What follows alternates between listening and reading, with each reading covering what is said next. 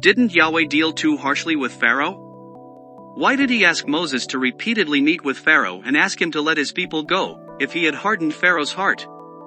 If he made him stubborn beyond human capability, since anyone would have quitted by the second or third plague? So, even if Pharaoh wanted to, he couldn't. It's like a grown man putting all of his weight on a baby and repeatedly asking her to get up. It makes no sense, it seems like abuse. However, we have to remember all the things Pharaoh made the Israelites go through. How he turned them into slaves and made their lives bitter with hard labor, how he ordered the murder of their male babies, and since the midwives feared God and couldn't do it, Pharaoh made the babies be sent down the river.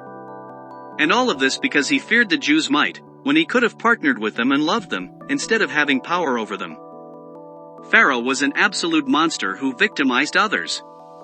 But when Yahweh exacted his justice, we may feel sorry for Pharaoh, we may start to doubt Yahweh's character since the bigger guy is now doing the harm and there's nothing the opposition can do, and he seems like a bully, it seems like overkill. But we cannot forget what led the big guy to do what he's currently doing. People only focus on the now, they forget about the past. You were abused for years and years, and now you've grown cold and distant. You now treat people harshly. Not disrespectful, but harshly. You no longer have time for their nonsense, you no longer laugh at their unfunny jokes, and one strike, one mistake from them, and they're out. They now call you mean, a monster.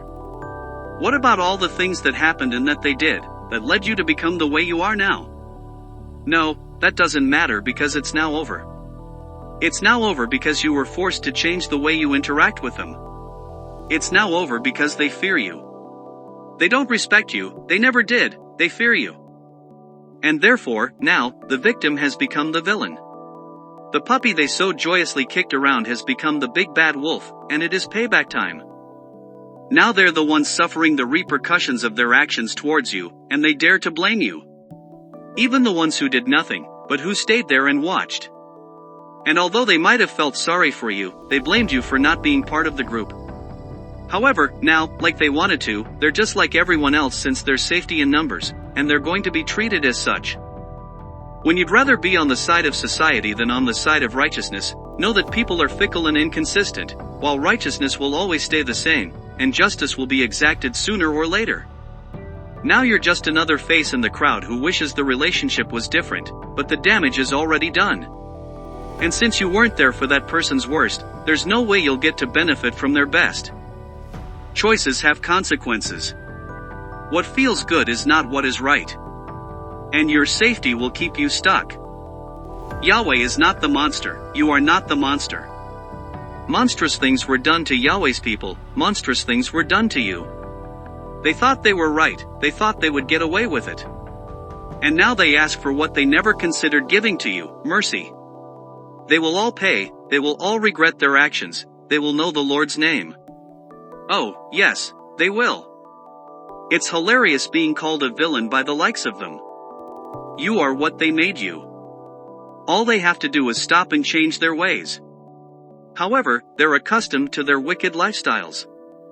They don't know how to be the person they know they need to be. And although it's a lonely and arduous path, at least they'd be with Yahweh. But no, not even He wants them anymore. Too many chances were given. And therefore, let them keep on doing their evil, so Yahweh can demonstrate His sovereignty through their destruction. Let them be an example and a warning to those who still might be saved. Including you, since you think because you don't do what they do, doesn't also anger His heart.